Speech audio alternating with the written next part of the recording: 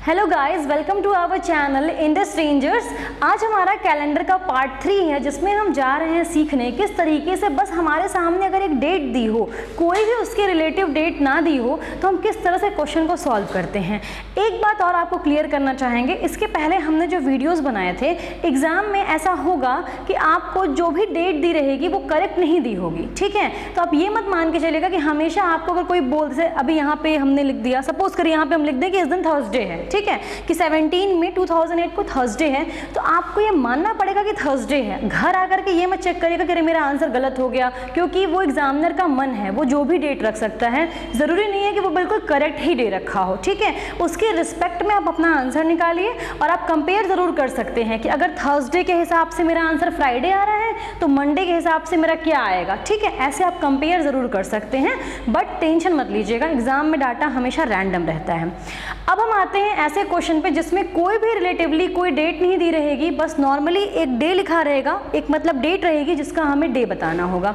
ऐसे क्वेश्चंस को करने के लिए हमें क्या करना है ना, कुछ कोड को लर्न करना है, ठीक है, जिसमें से सेंचुरी कोड लर्न करना तो बहुत ही आसान है और डे कोड भी लर्न करना बहुत आसान है। थोड़ी सी डिफिकल्टी आपको आएगी मंथ कोड लर्न करने में, लेकिन आपने इतने बड़े बड़े फॉर्मूलाज लर्न कर लिया है तो ये कौन सी बड़ी चीज़ है, आप तो चुटकियों में लर्न कर लेंगे। देखिए सेंचुरी कोड में क्या है, जैसे सेंचुरी कोड क्यों है पहले समझिएगा। जैसे यहाँ लिखा है 2008, तो 2008 को हम कैसे लिख सकते हैं, 2000 + 8, हम ऐसे ही लिखेंगे ना। तो ये हमारा क्या है, सेंचुरी कोड है, और ये हमारा क्या है, ये आपको बता रहा है कि 2000 + 8 साल, और ये ऐसी वाली बात को बता रहा है, ठीक है। तो ये क्या किया गया है, टुकड़ों में बांट दिया गया है। जैसे कि अब हम चलते हैं 1 से, क्योंकि हमारा जब भी हमारा मंथ स्टार्ट हुआ होगा, सॉरी जब भी मेरा ईयर स्टार्ट हुआ होगा, तो कभी तो हमारा ईयर 1 आया होगा। आज आपका 2020 है, बट एक ज़माना रहा होगा ना जब ईयर 1 रहा होगा। अब आपने नहीं देखा, इसका क्या मतलब कि हुआ नहीं होगा, ज़रूर हुआ होगा, ठीक है जी।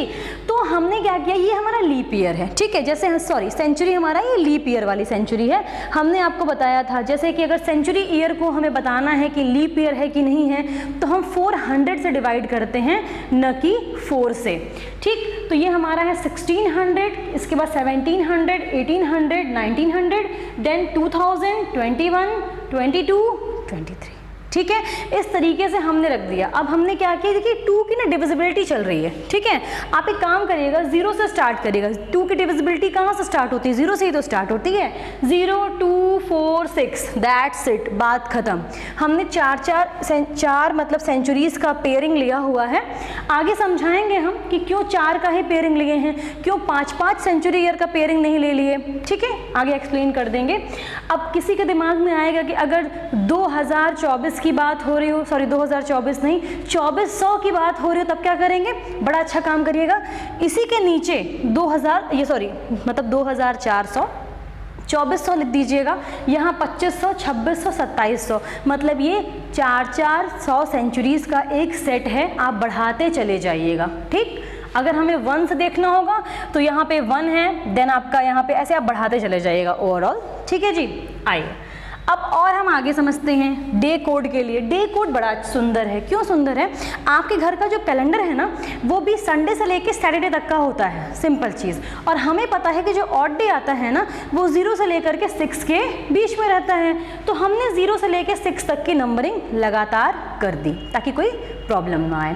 अब हम आते हैं मंथ कोड में। मंथ कोड में क्या है, हमने लिख दिया जनवरी/6। जनवरी के बाद /6 क्यों रखा है, ये 6 और ये 2, ये दोनों ना लीप ईयर के लिए हैं, ठीक है। ये दोनों हमने लिखा हुआ है लीप ईयर के लिए, क्योंकि लीप ईयर में ना जनवरी और फरवरी को थोड़ा सा हम लोग अलग कोड देंगे, क्योंकि उसमें हमारी जो फेब होती है वो हमारी होती है 29 की, तो हमें आगे कोई प्रॉब्लम ना हो, इसलिए हमने पहले ही कोड में चेंज कर दिया है। आप ध्यान देंगे, देखिए सब, जैसे जनवरी का कोड 0 है, उस जस्ट एक कदम पहले क्या आता है 6, तो हमने 6 रख दिया।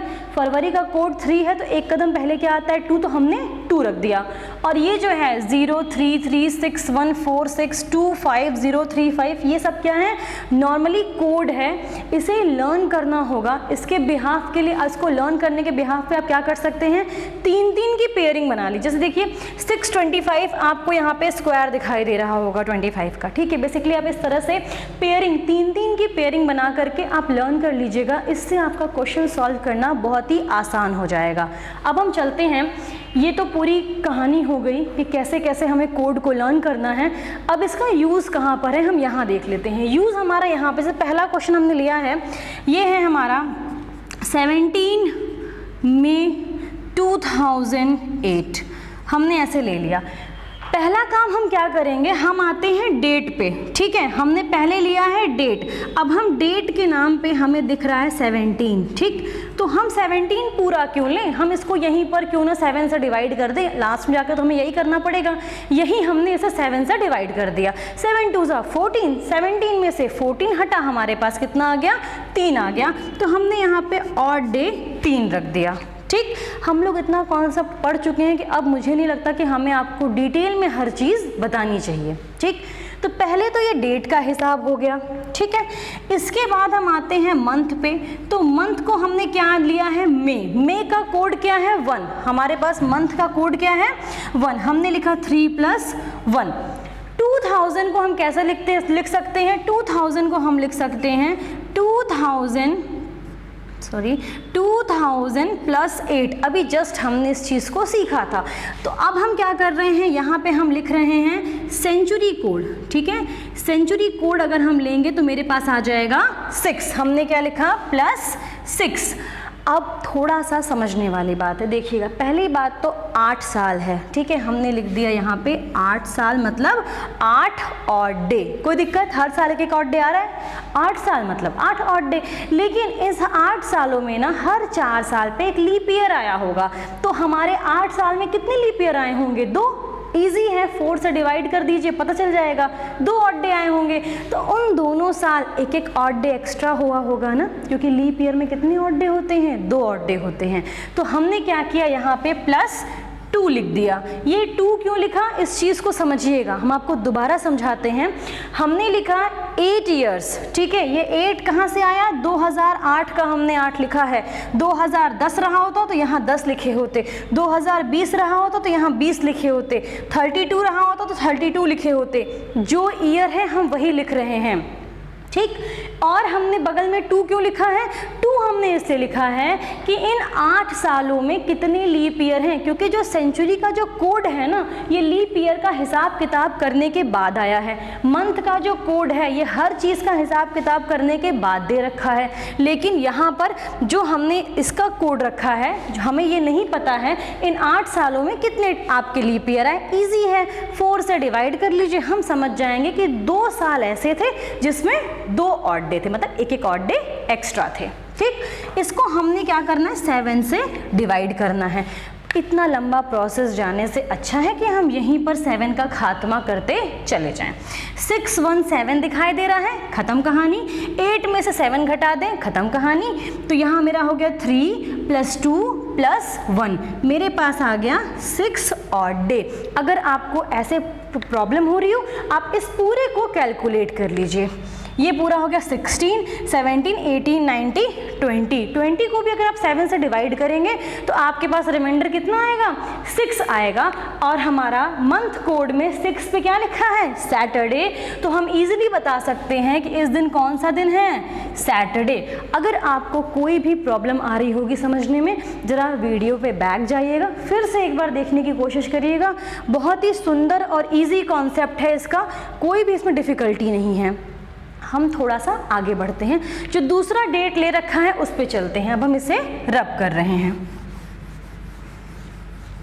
आइए देखते हैं। यहाँ लिखा हुआ है 15 Feb 2016।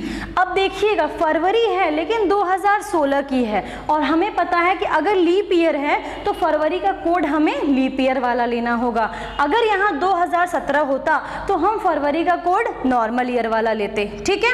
अच्छा, अगेन हम यहाँ पे अब और शॉर्ट तरीके से कर रहे हैं, ज़्यादा डिटेल में नहीं लिखते हैं। 15 है तो डेट को हम सिंपली 7 से डिवाइड करते हैं, यहाँ हमने 1 लिख दिया, काम खत्म। 1 कहाँ से आया, ये 15 है ना, 15 को 7 से डिवाइड कर रहे हैं, 14 खत्म, 1 हमने लिख दिया। फेब का कोड हम लेंगे लीप ईयर वाला, हमने यहाँ पे लिख दिया 2। Very good. 2000 को क्या लिख सकते हैं, 2000 प्लस 16, 2000 प्लस 16, ठीक है। 2000 का कोड क्या है 6, 16 का 16 लिखे और अब तक कितने लीप ईयर आए हैं, 4 से डिवाइड किया, मेरे पास आया 4 अपॉन 7। अपॉन 7 क्यों किए हैं, क्योंकि जब तक हमको नॉर्मल नहीं ऑड डे हमारा 1 से 6 के बीच में, 0 से 6 के बीच में नहीं मिलता है, तब तक हम 7 से डिवाइड करते रहते हैं। अब देखिएगा 16, 4, 20, 121 खत्म, 6, 1, अगर 6 को हमने 1 दे दिया तो ये बन गया 7 खत्म, मेरे पास आ गया 1। हम यहाँ पे बोल देंगे कि इस दिन क्या है, मंडे है। ठीक, इस तरह से हमने कैलकुलेट कर लिया बहुत ही आसानी से। अब हम और आगे बढ़ते हैं। अब हमने 2 डेट ले ली लीप ईयर की, ठीक है। अब हम चलते हैं नॉर्मल ईयर पे। यही यहाँ पे 17 रहा होता तो यहाँ पे हम 3 लिए होते, ठीक। आगे बढ़ते हैं। अब हमने डेट ले लिया है यहाँ पे 21 अक्टूबर 2018, हमने एक नई डेट ले ली। 21 है तो डेट की जगह हमने क्या लिख दिया 0, कहानी खत्म, क्योंकि 21 है 7 से डिवाइड करेंगे तो 0। अक्टूबर है, कोड हमारा है 0, खत्म कहानी। 2000 प्लस 18, 2000 का कोड क्या है 6, 18 के लिए 18 लिखा और 18 तक अब तक कितने हमारे ऑड डेज आए हैं, तो हमने क्या, सॉरी, अब तक हमारे कितने लीप ईयर आए हैं, हमने 4 से डिवाइड किया, मेरे पास आ गया 4 और अपॉन में हमने लिख दिया 7, सिंपल। अब हमारे पास ये 18 है, यहाँ पर हमारे पास 4 है, इन सबको हम ऐड कर लेते हैं, मेरे पास ये कितना हो गया 28। 28 को 7 से डिवाइड करेंगे, रिमाइंडर हो गया 0, हमारा आंसर आ गया संडे। हम यहाँ बता सकते हैं कि इस दिन कौन सा दिन है, संडे है। एक डेट हम लोग 2020 की भी कर लेते हैं ताकि कोई भी कंफ्यूजन ना रह जाए। आइए, इसके बाद हम चलते हैं 12, एक डेट ले लेते हैं 12 अगस्त 2020। 12 है, 7 से डिवाइड किया, मेरे पास रिमाइंडर कितना आ गया 5। अगस्त है, अगस्त का कोड हमारा है 2।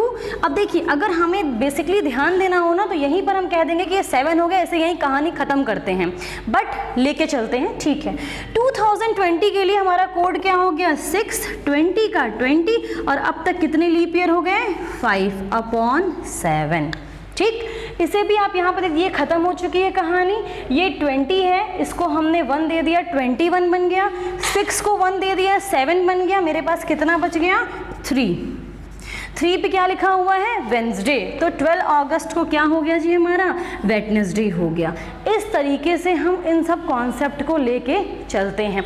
जिस भी तरह में आप इससे अपना बर्थ डेट निकाल सकते हैं, हाँ, और आपसे पूछ सकता है कि 15 अगस्त को कौन सा दिन है, ऐसे सिंपली आपसे क्वेश्चन जो है पूछ सकता है, ठीक। अब ज़रा सा हम चलते हैं, एक बात आती है दिमाग में कि अगर हमें ये कोई कह दे कि हमारा कैलेंडर रिपीट कब करता है, सबसे ज़्यादा इम्पॉर्टेंट ऐसे क्वेश्चन एग्जाम में बहुत बार देखेगा, क्योंकि ये बहुत ही एक सिंपल से बेसिक वाला कॉन्सेप्ट है, अधिक कैलकुलेशन का नहीं है, बस आपके पास अगर ट्रिक है तो आप तुरंत निकाल सकते हैं, ठीक है। ये हमारा हो गया रिपीटिशन ऑफ कैलेंडर, ठीक है। जो हमारा रिपीटिशन ऑफ कैलेंडर है, इस पे ध्यान दीजिएगा। अगर एक लीप ईयर वाला कैलेंडर है हमारा, लीप ईयर का रिपीटिशन हमें निकालना है, हम क्या करेंगे +28। जैसे मान लीजिए कोई बोल दे कि 2004 का कैलेंडर अब कब रिपीट करेगा, तो आप सिंपली करिएगा +28 और बोलिएगा 2032 में, ठीक है। एक चीज़ और, लीप ईयर का रिपीटिशन तो लीप ईयर में ही होगा, ऐसा तो है नहीं कि किसी भी ईयर में हो जाए, तो हमने क्या किया +28 कर दिया, ओके। इसके बाद मान लीजिए आपको जो भी डेट दिया हो, लीप ईयर है +28, दैट्स इट। आते हैं नॉर्मल ईयर पे। नॉर्मल ईयर का जो कैलेंडर है वो रिपीट करता है कब, हमें क्या करना होता है +11 करना होता है।